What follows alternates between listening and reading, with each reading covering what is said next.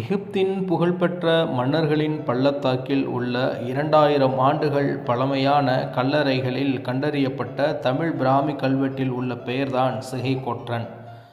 கிபி 1ஆம் நூற்றாண்டு முதல் 3ஆம் நூற்றாண்டு வரையிலான காலகட்டத்தைச் சேர்ந்த இந்த கல்வெட்டில் சிகைக்கொற்றான் வரகண்ட என்ற செதுக்கப்பட்டுள்ளது. பொருள்: கொற்றன் என்பது வெற்றி மற்றும் வலிமையை குறிக்கும் தூய தமிழ் சொல். சிகை என்பது ஒரு இடப்பெயராக இருக்கலாம் என்று ஆய்வறிஞர்கள் கருதுகின்றார்கள். பண்டைய தமிழகத்திற்கும் எகிப்து ரோமானிய பேரரசுக்கும் இடையேயான இருந்த ஆழமான கடல் வணிக தொடர்பை இது உறுதிப்படுத்துகிறது. மேலும் தொடர்வோம் இந்த காணொளியை. மறக்காம சப்ஸ்கிரைப் செய்து வைத்துக் கொள்ளுங்கள். வணிக குழு தலைவர்: சிகைக்கொற்றன் ஒரு சாதாரண மனிதர் அல்ல. அவர் ஒரு பெரிய வணிக குழு தலைவராக இருந்திருக்க வேண்டும் என்று பல செய்திகள் உலாவி வந்து கொண்டிருக்கின்றன. 5 வெவ்வேறு கல்லறைகளில் 8 இடங்களில் அவரது பெயர் பொறிக்கப்பட்டிருப்பது அவர் அந்த பகுதிக்கு அடிக்கடி வந்து சென்ற ஒரு முக்கிய நபராக இருந்ததை காட்டுகிறது. சிகை என்பது குடுமி அல்லது தலைமுடியை குறிக்கும் தமிழ் சொல். இது கங்கை சமவெளியிலிருந்து புலம்பெயர்ந்து அல்லது அந்த கலாச்சார தொடர்பு கொண்ட ஒரு அடையாளமாக இருக்கலாம் என்று சில ஆய்வறிஞர்கள் கருதுகிறார்கள். அதே சமயம் இது ஒரு குறிப்பிட்ட இடம்பெயராக இருக்கலாம் என்றும் கருதப்படுகின்றது.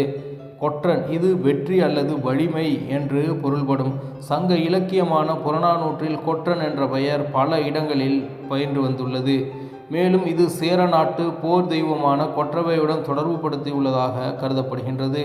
சுற்றுலா பயணி: இவர் வெறும் வணிகர் மட்டுமல்ல, கலை மற்றும் வரலாற்று ஆர்வமிக்க ஒரு சுற்றுலா பயணியாகவும் இருந்திருக்க வாய்ப்புள்ளது. ரோமானியர்கள் மற்றும் கிரேக்கர்கள் அந்த கல்லறைகளை பார்வையிட்டு தங்களின் பெயர்களை செதுக்கி வைக்கும் வழக்கத்தை பின்பற்றி இவரும் தனது வருகையை பதிவு செய்திருக்கலாம் என்று எதிர்பார்க்கப்படுகின்றது. மேலும் இந்த கல்வெட்டுகளில் தமிழ் பிராமியுடன் சேர்த்து பிராகிருதம் மற்றும் சமஸ்கிருதம் பெயர்கள், எடுத்துக்காட்டாக சாத்தன், கண்ணன் கண்டறியப்பட்டுள்ளன. இது பண்டைய காலத்தில் தமிழர்கள் மற்றும் மொழி பேசுபவர்களுடன் இணைந்து பன்னாட்டு வணிகத்தில் ஈடுபட்டதை உறுதிப்படுத்துகிறது. இந்த கண்டுபிடிப்பு குறித்து சமூக வலைதளங்களில் பல கருத்துக்கள் உலாவுகின்றன. எகிப்தின் மன்னர்களின் பள்ளத்தாக்கில் கண்டறியப்பட்ட சிகைக்கொற்றன் என்ற பெயர் வெறும் ஒரு நபர் சார்ந்த செய்தி மட்டுமல்ல, அது தமிழர்களின் வரலாறு, பண்பாடு மற்றும் உலகளாவிய ஆதிக்கம் குறித்தான பல ஆழமான உண்மைகளை நமக்கு உணர்த்துகிறது.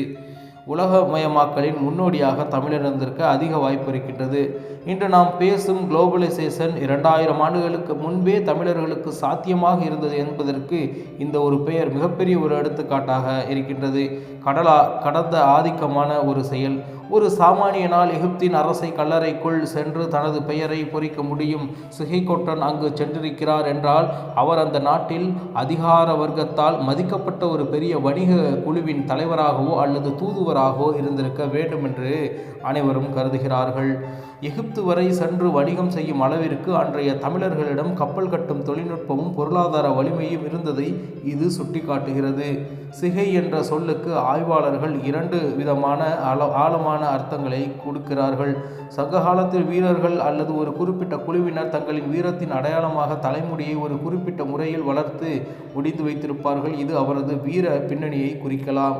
சிகை என்பது ஒரு ஊரின் பெயராக இருக்கலாம். தங்களின் ஊரின் பெயரை தங்களின் பெயரோடு இணைத்துக் கொள்வது தமிழர்களின் நீண்டகால பண்பாடாக இருந்து வருகின்றது. இப்படியாக சிகைக்கொற்றனின் பெயர் அல்லது சிகைக்கொற்றன் பெயரை குறித்தான செய்திகள் இப்பொழுது வந்து கொண்டே இருக்கின்றன. இதே சிகைக்கொற்றனை குறித்து எதிர்காலத்தில் வரக்கூடிய மிக முக்கிய தகவல்களுடன் உங்களை சந்திக்கின்றேன். அதுவரை உங்களிடமிருந்து விடைபெறுவது உங்கள் தமிழா செய்திகள். நன்றி, வணக்கம்.